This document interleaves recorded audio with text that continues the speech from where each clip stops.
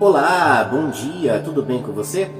As Escrituras nos dizem, no Salmo 119, verso 105, o seguinte: Lâmpada para os meus pés é a tua palavra e luz para os meus caminhos. Martinho Lutero, após analisar as Escrituras, ele entendeu o Evangelho. Ele entendeu que o homem não pode comprar o perdão de Deus. O justo viverá por fé. Após entender essa doutrina da justificação pela fé, ele teve que enfrentar algumas batalhas na sua época. Naquela época, o Papa Leão X, ele queria arrecadar fundos para terminar as obras do Templo de São Pedro, em Roma. Permitiu então que o seu diácono, João Tetzel, percorresse a Alemanha, vendendo indulgências que garantiam o perdão para todos aqueles que compravam aquele documento oficial de Roma, do Papa, que dava perdão para as pessoas. O vendedor de indulgência chegava na cidade, reunia todo mundo no centro e dizia com toda a eloquência: o pecador que comprar as indulgências fica mais limpo do que quando tinha saído do batismo. Fica mais limpo do que Adão antes de cair. A cruz do vendedor de indulgências tinha tanto poder como a cruz de Cristo. Ensinava ainda que, no caso de alguém comprar uma indulgência para um parente já morto, tão pronto a moeda caísse no cofre, a alma sairia do purgatório. Lutero ficou indignado com aquele ensinamento e então começou a pregar contra, denunciar aquilo que estava sendo ensinado, protestar contra aquilo. E foi no dia 31 de outubro de 1517, Lutero afixou as suas 95 teses na porta da Catedral de Wittenberg. E com tal atitude estava deflagrada o grito da Reforma Protestante.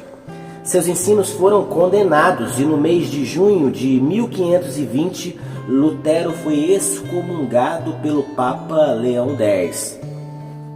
No dia 17 de abril de 1521, Lutero foi convocado para uma audiência, a famosa Dieta de Worms. Era uma reunião junto com a cúpula oficial e governamental e religiosa da época. Ali Lutero reafirmou a sua fé no Evangelho Apostólico, na verdade. E quando foi obrigado a renunciar os seus ensinamentos, ele disse: é impossível me retratar, a não ser que me provem que estou trabalhando em um erro. Pelo testemunho das Escrituras ou pela razão simples, não posso confiar nas decisões dos concílios e dos papas, pois eles se contradizem entre si. A minha consciência ela é cativa da palavra de Deus e não é seguro nem honesto agir contra a consciência de alguém. Assim Deus me ajude. Com essas palavras, ele deixou bem claro que ele não iria renunciar àquilo que tinha dito e escrito. Minha mente é cativa da palavra de Deus. Aqui nós temos o sola scriptura. Os reformadores afirmavam que a palavra de Deus é a única regra de fé e prática. A absoluta suficiência das Escrituras sagradas. Não temos a necessidade de outros meios de revelação, pois a palavra é perfeita em todos os seus aspectos. Ela é a lâmpada para os nossos pés. É a palavra de Deus que ilumina os nossos caminhos. Sola Escrituras.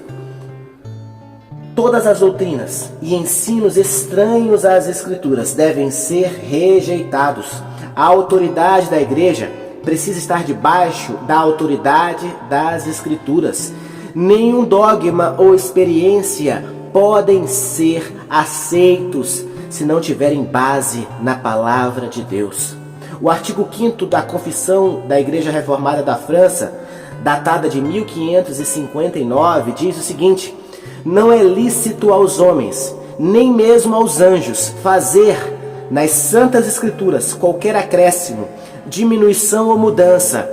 Por conseguinte, nem a antiguidade, nem os costumes, nem a multidão, nem a sabedoria humana, nem os pensamentos, nem as sentenças, nem os éditos, nem os decretos, nem os concílios, nem as visões, nem os milagres devem contrapor-se a estas Santas Escrituras, mas ao contrário, por elas é que todas as coisas se devem examinar, regular e reformar. Sola Escritura. É a palavra de Deus, meu caro, que nos assiste, que muda as pessoas. É a palavra de Deus, através da exposição das Escrituras, que a fé nasce no nosso coração. A fé vem pelo ouvir, e ouvir a palavra de Deus. E é pela fé que nós somos salvos. A gente entende pela fé que, de maneira nenhuma, eu ou você pode comprar o perdão de Deus. Que a palavra de Deus encha o seu coração.